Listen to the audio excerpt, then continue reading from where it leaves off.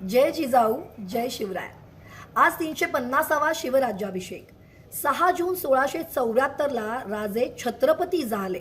आज लाखोंच्या संख्येने शिवभक्त दुर्गेश्वर रायगडावरती दाखल झालेले आहेत। रायगड अनुभवतायत। इतिहासाचा साक्षीदार रायगड पाहताना अनुभवताना रक्ताचा वेग किती होतो हे नक्कीच जाणवत नाही।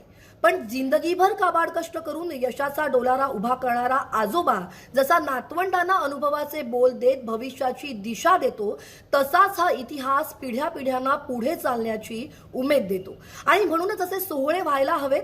पण आपल्या लढाऊ परंपरेचे हे दुर्ग म्हणजे जिवंत साक्षीदार आहेत, ज्यांनी इथल्या मातीचा कण, झाडाचं पान आणि आभाळाचा विधभर तुकडाही शत्रूंना जाऊन दिला नाही। त्यांची स्मृती म्हणून तरी आपण असे सोहळे जगायला हवेत, गड किल्ल्यांना भेटी द्यायला हव्यात। आणि तसं केलं नाही तर आपण शिकणार काय आणि आपल्या पुढच्या पिढ्यांना शिकवणार काय?